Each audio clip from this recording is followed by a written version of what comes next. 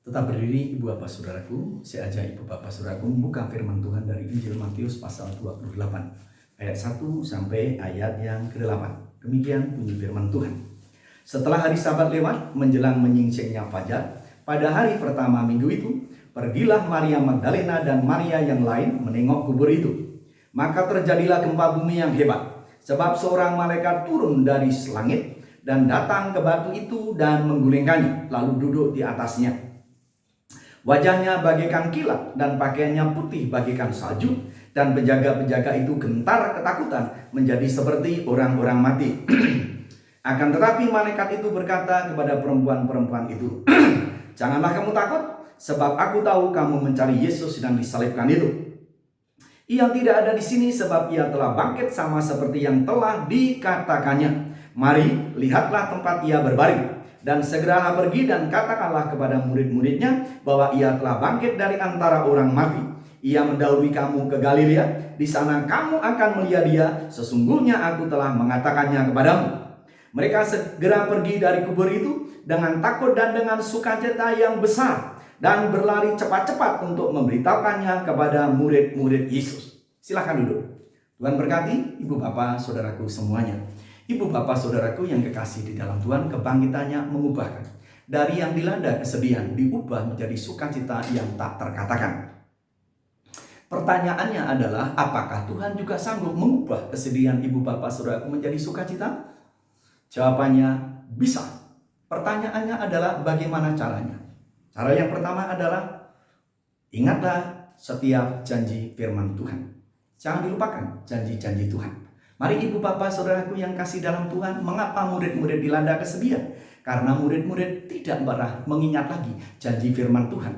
Tuhan Yesus katakan bahwa ia akan bangkit dari antara orang mati pada hari yang ketiga. Dan itu dikatakannya 3 kali.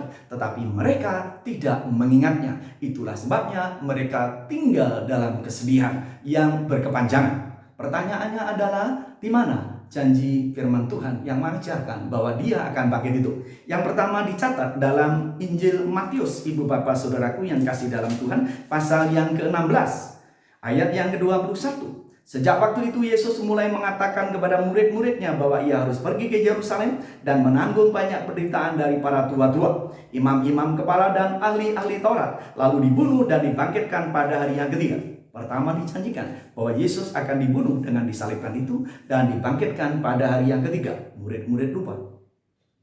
Lalu yang kedua, Matius pasal 17 ayat yang ke-9. Pada waktu mereka turun dari gunung itu, Yesus berpesan kepada mereka, "Jangan kamu ceritakan penglihatan itu kepada seorang pun sebelum Anak Manusia dibangkitkan dari antara orang mati." Kedua kali firman Tuhan dijanjikan. Lalu yang ketiga dijanjikan dalam Matius pasal 20 ayat 19. "Dan mereka akan menyerahkan dia kepada bangsa-bangsa yang tidak mengenal Allah, supaya ia diolok-olokkan, disesat dan disalibkan. Dan pada hari yang ketiga ia akan dibangkitkan." 3 kali janji firman Tuhan disampaikan. Dan mereka tidak mengingat. Itulah kesalahannya sehingga mereka tinggal dalam kesedihan. Ibu Bapak Saudaraku pengen diubahkan oleh Tuhan dari kesedihan menjadi sukacita yang tak terkatakan? Ingatlah janji-janji firman Tuhan. Ibu Bapak Saudaraku yang kasih dalam Tuhan, apabila Ibu Bapak Saudaraku diperhadapkan dengan ketakutan, ingat janji firman Tuhan, Yesaya pasal 41 ayat yang ke-10. "Jangan takut, sebab aku menyertai engkau," dan lain sebagainya. Ingatlah janji firman Tuhan. Yang kedua, bukan hanya ingat, tetapi percayailah firman Tuhan. Ibu Bapak Saudaraku, mari saya ajak saudaraku melihat pasal 28 tadi, di mana ketika murid-murid semua Ibu Bapak Saudaraku sedang larut dalam ketakutan, 3 perempuan menengok ke kubur Yesus. Lalu apa yang terjadi Ibu Bapak Saudaraku yang kekasih di dalam Tuhan?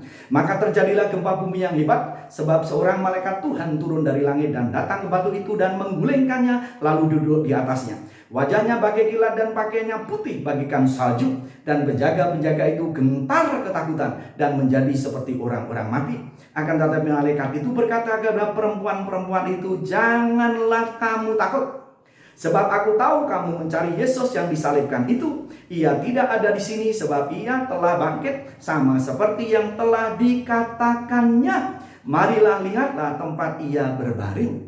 Ibu bapak saudaraku, malaikat tegas mengatakan, kamu mencari Yesus, aku tahu ia tidak ada di sini, ia sudah bangkit seperti yang dikatakannya. Apa yang dikatakan Tuhan digenapi. Oleh sebab itu percayailah firman-Nya. Lalu yang ketiga, ibu bapak saudaraku, bukan hanya mengingat, bukan hanya mempercayai firman Tuhan. Lalu yang ketiga, lakukan firman Tuhan itu. Ayat yang ke-7 dan 8. Dan segeralah pergi dan katakanlah kepada murid-muridnya bahwa ia telah bangkit dari antara orang mati. Ia mendahului kamu ke Galilea, di sana kamu akan melihat dia. Sesungguhnya aku telah mengatakannya kepadamu.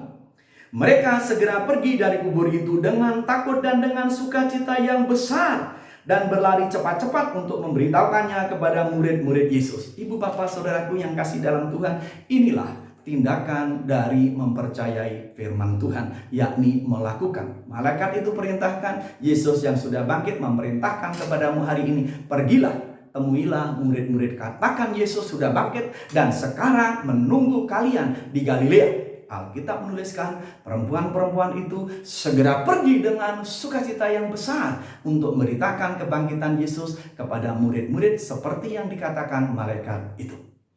Ibu bapak saudaraku yang kasih dalam Tuhan, seorang bernama Jan Gau membuka toko roti di kota Heikroll, Jerman.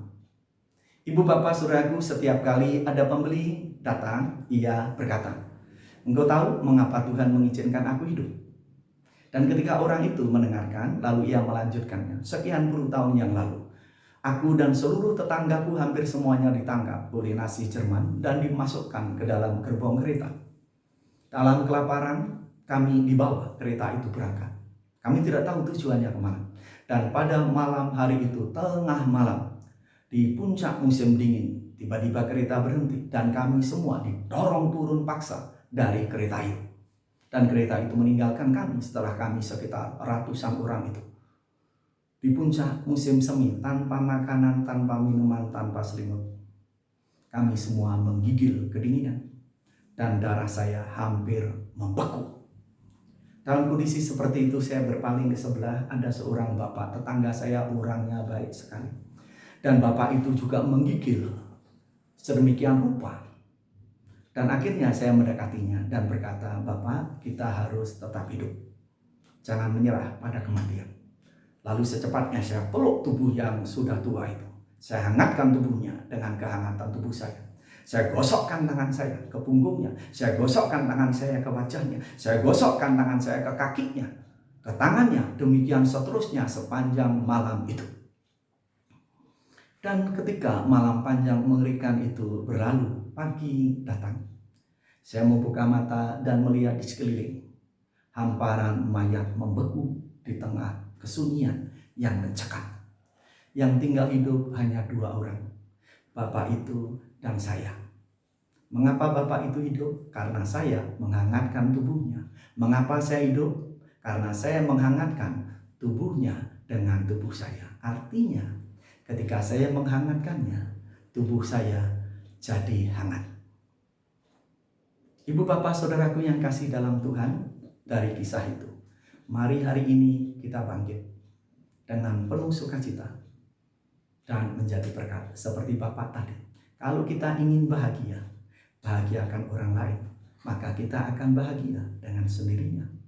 Kalau kita ingin ibu bapak saudaraku mendapat dorongan, berikan dorongan kepada orang lain.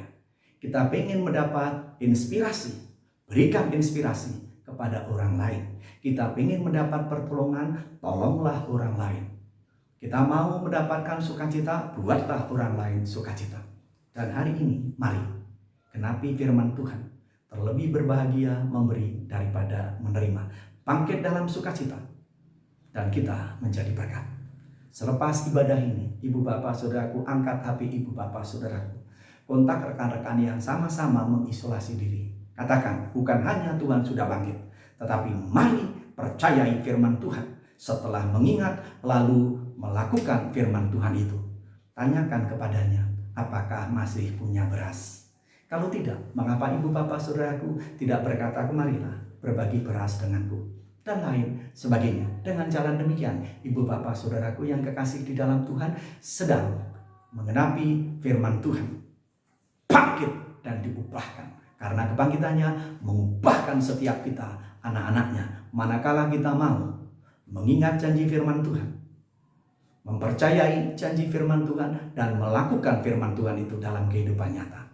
Nama Tuhan ditinggikan, nama Tuhan diagungkan. Mari kita berdoa.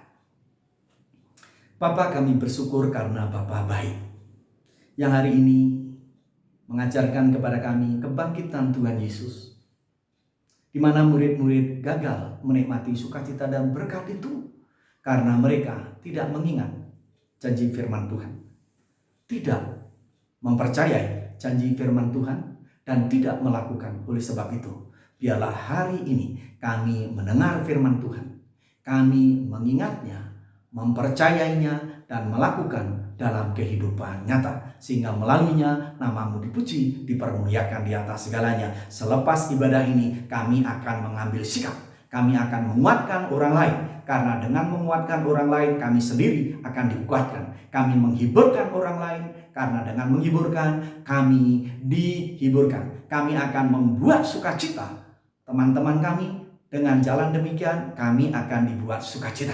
Kami akan membuat orang lain tersenyum, dengan jalan demikian saya juga dibuat tersenyum. Kami akan membuat sahabat-sahabat kami bahagia, dengan jalan demikian orang akan membuat saya bahagia.